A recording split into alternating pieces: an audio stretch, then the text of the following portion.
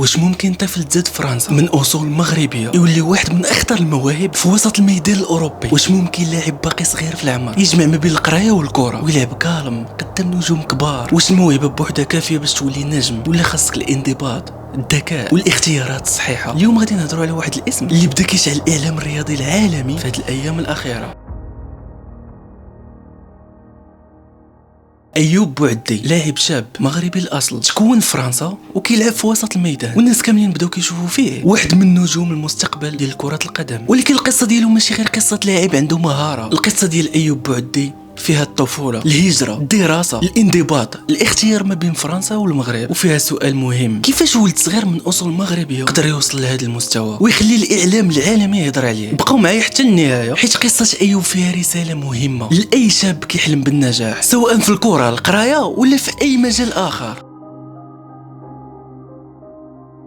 ايوب بوعدي تزاد فرنسا في 2007 من عائله عندها اصول مغربيه، يعني من البدايه كان عايش في جوج عوالم: فرنسا البلد اللي تزاد وكبر فيه، والمغرب الاصل والجذور والهويه. وهذا الشيء كيعرفوه بزاف ديال ولاد الجاليه. كتكبر في بلاد ولكن القلب ديالك مرتبط ببلاد اخرى، باللغه، العائله، الثقافه والذكريات اللي كيسمع الانسان من والديه. ولكن اللي مهم في بدايه ايوب هو ان العائله ديالو ما كانتش كتشوف غير الكره بوحدها، كان توازن، القرايه مهمه، التربيه مهمه، والرياضه حتى هي مهمه. وحسب بعض المصادر الاب ديالو كان قريب من الرياضه ومارس الهاندبول، وهاد البيئه الرياضيه ربما ساعدت ايوب باش يفهم من الصغر ديالو معنى الانضباط، التدريب والمنافسه. حيت باش تكون رياضي ناجح ما خاصكش غير الموهبه، خاصك تفيق، تريني، تسمع، تعلم وتبقى مركز حتى وانت باقي صغير.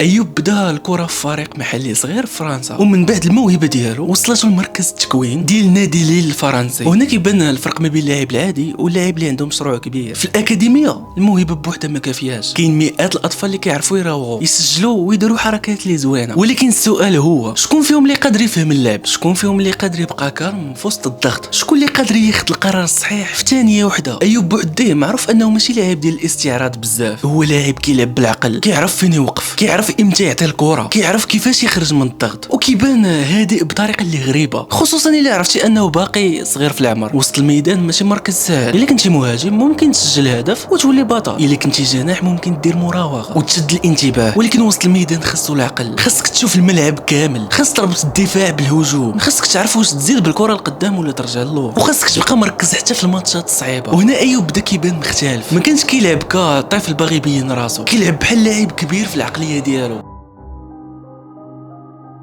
ومن الحوايج اللي كيخليو القصه ديال ايوب تبان مميزه بزاف هي القرايه، حيت في العالم ديال الكره كاينين بزاف ديال اللاعبين صغار ملي كيبداو ينجحوا كيبعدوا على الدراسه، ولكن ايوب كان مختلف. تقارير كثيره هضرات على انه كان مهتم بالقرايه، وخصوصا المواد العلميه، بالضبط الفيزياء والرياضيات. وهنا كاين واحد النقطه مهمه: الرياضيات والكره يقدروا يبانوا جوج ديال العوالم مختلفين، ولكن في الحقيقه كاين واحد الرابط بيناتهم. كره القدم فيها حساب المسافات، فيها التوقيت، فيها القرار الصحيح، فيها قراءه الخصم، فيها توقع الحركه قبل ما توقع. وسط الميدان بالضبط محتاج لاعب عنده عقل سريع. يمكن هذا الجانب الدراسي ساعد ايوب يكون لاعب هادئ منظم وكيحل المشاكل داخل الملعب. ماشي ضروري تكون قاري بزاف ديال الكتب باش تقدر تلعب كره القدم، ولكن التعليم كيقدر يعطيك طريقه تفكير، انضباط وثقه في النفس. وهنا الرساله الاولى في القصه: الكره والقرايه ماشي ديما اعداء، تقدر تكون لاعب موهوب وفي نفس الوقت تحافظ على الدراسه ديالك، وتقدر تبني فيهم مستقبلك بجوج، ولا على الاقل تبني عقليه قويه كتعاونك في حياتك.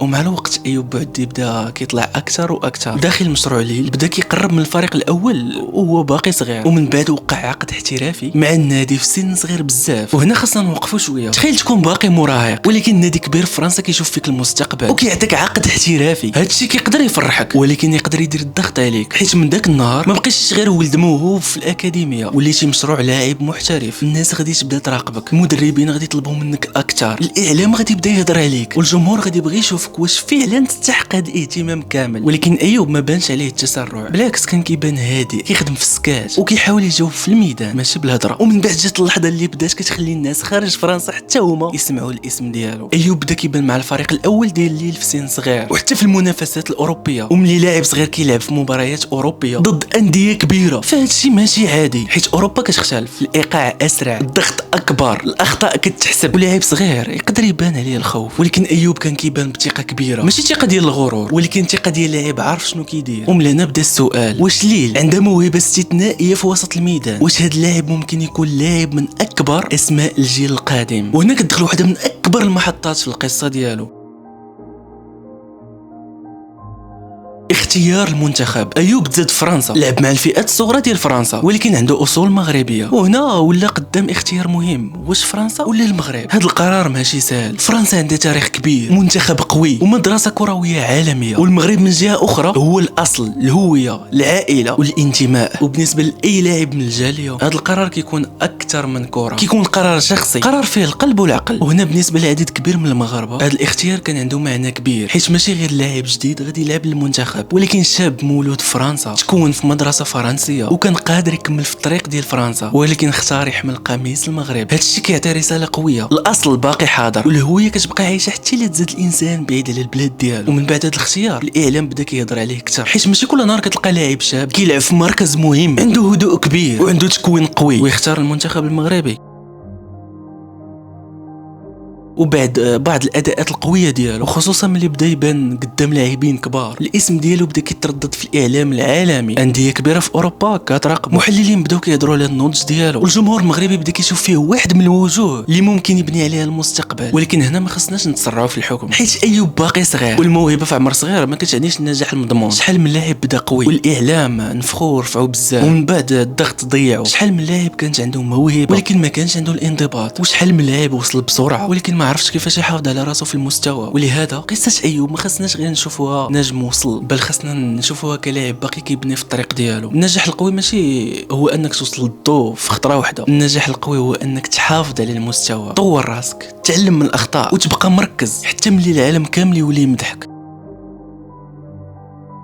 ومن اكثر الحوايج اللي كتخلي ايوب مثير للاهتمام هي الطريقه اللي كيلعب بها. هو ماشي لاعب فقط كيعتمد على السرعه والقوه، هو لاعب كيعتمد على الذكاء، كيقدر يستقبل الكره وسط الضغط، كيخرج من المساحات الضيقه، كيعطي تمريرات بسيطه ولكن مهمه، كيخلي اللعب يبان سهل. وهذا اصعب نوع من اللاعبين، حيت اللاعب الذكي ما كيبانش بزاف للجمهور العادي، ما كيديرش لقطه خياليه، ما كيسجلش ديما هدف، ولكن الا ركزتي مزيان غادي تلقاه هو اللي كيوازن الفريق، هو اللي كيخلي الهجمه تبدا، هو اللي كيحمي الهجوم، هو اللي كيحمي الدفاع بلا ما تحس، هو اللي كيعطي الايقاع. وهنا كيبان علاش وسط الميدان ديالو حساس بزاف. اللاعب اللي كيتحكم في وسط الميدان كيتحكم في الماتش كامل. ومن هنا السؤال الكبير، واش ايوب بوعدي يقدر يكون واحد من اعمده المنتخب المغربي في المستقبل؟ الجواب باقي بكري، ولكن المؤشر مشجع. عنده الموهبه، عنده التكوين، عنده الهدوء، عنده الانضباط، وعنده قصه كتخلي الناس يتعلقوا به. ولكن خاصو الوقت، خاصو حمايه من الضغط، وخاصو يتطور خطوه بخطوه، حيت اخطر حاجه على لاعب صغير هي المبالغه. الا قلنا عليه من دابا نجم العالم ممكن نضغطوا عليه، ولكن الا قلنا عليه موهبه كبيره خاصها الخدمه والاستمرار، هنا كنكونوا منصفين اكثر.